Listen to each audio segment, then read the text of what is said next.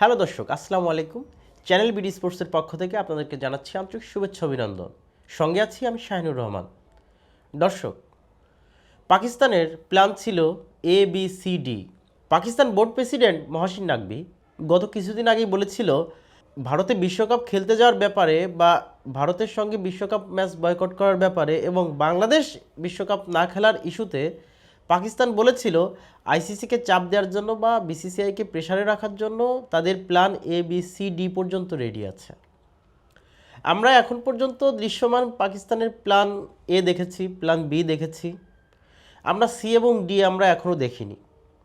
C আমরা হয়তো সেদিনই দেখব যেদিন ভারতের সঙ্গে ম্যাচটা 15ই ফেব্রুয়ারি পাকিস্তান বয়কট করবে। পাকিস্তান 15ই ফেব্রুয়ারি ম্যাচটা যেদিন বয়কট করবে ওই দিনই আমরা প্ল্যান C দেখব বলে আশা করি। পাকিস্তান বোর্ডের এখন যে জোরালো অবস্থান, পাকিস্তান সরকারের যে অবস্থান, সেটা আসলে খুবই কঠোর। পাকিস্তান ক্রিকেট বোর্ড এখানে কূটনৈতিক আসলে সর্বোচ্চ পর্যায়ের প্র্যাকটিসটাই এখন করছে।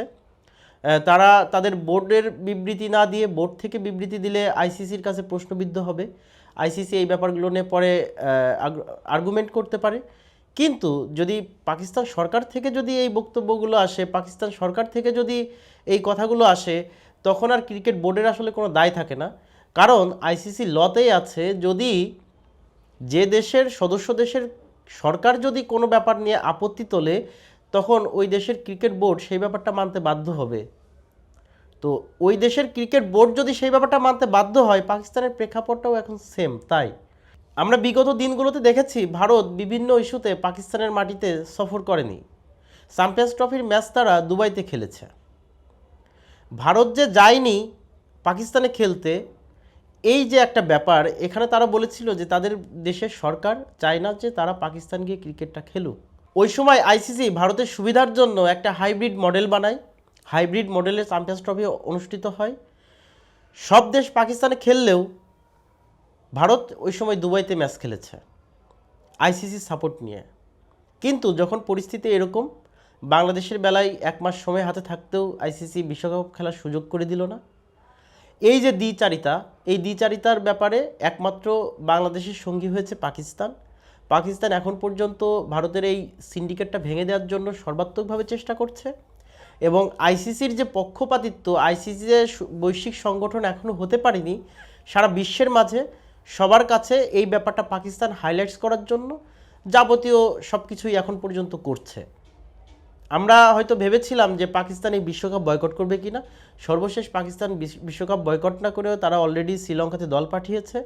এবং তারা যে ক্যালকুলেশনটা করেছে, এখানে গ্রুপ পর্বে তারা অন্য যে 2টা দল আছে তাদের সঙ্গে ম্যাচ খেললেই তারা গ্রুপ পর্ব পার হয়ে যেতে পারবে অনায়াসে, যদি ওই 2টা ম্যাচ জেতে। 2টা দলই ছোট দল। পাকিস্তানের এইখানে আসলে জয় না পাওয়াটাই একটা অঘটন তৈরি হবে। আর পাকিস্তান দ্বিতীয় পর্বে যাচ্ছে, সেখানেই আসলে মেন টুইস্টটা কাজ করছে।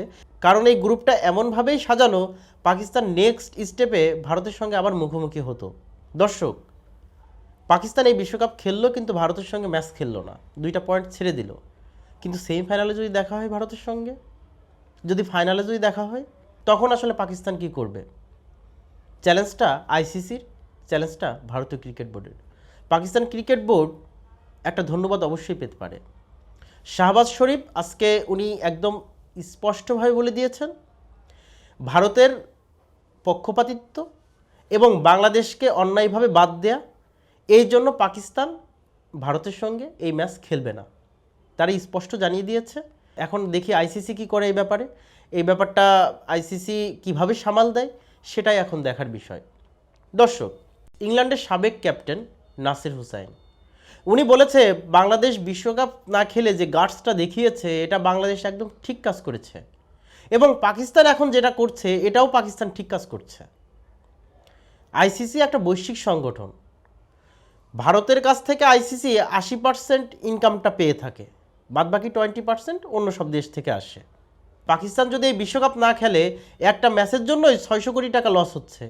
গ্রুপে আরও পরবর্তী ম্যাচগুলো যেগুলো থাকবে, তখন যদি পাকিস্তান না খেলে, এই লসটা আসলে কোথায় গিয়ে দাঁড়াবে? নাসির হুসাইনের মতো সাবেক ক্রিকেটাররা অনেকেই ভারতের এই দ্বিচারিতা, আইসিসির দ্বিচারিতা ভারতের প্রতি তাদের পক্ষপাতিত্বের কারণে আইসিসি যে এখনও বৈশ্বিক সংগঠন হতে পারেনি, ক্রিকেটের যে ভালো মতো এখনও সেই বিশ্বায়নের সংগঠনে যাইতে পারেনি, এটা প্রমাণ হয়ে যাচ্ছে। এবং এই ব্যাপারে সবাই সোচ্চার। আমরা বাঙালি অলরেডি বিশ্বকাপ দর্শক হয়ে গেছি, দেখা যাক আগামীতে কি ঘটে। দর্শক, দেখা হচ্ছে আবার অন্য কোনো ভিডিওতে। সেই পর্যন্ত আল্লাহ হাফিজ, আসসালামু আলাইকুম।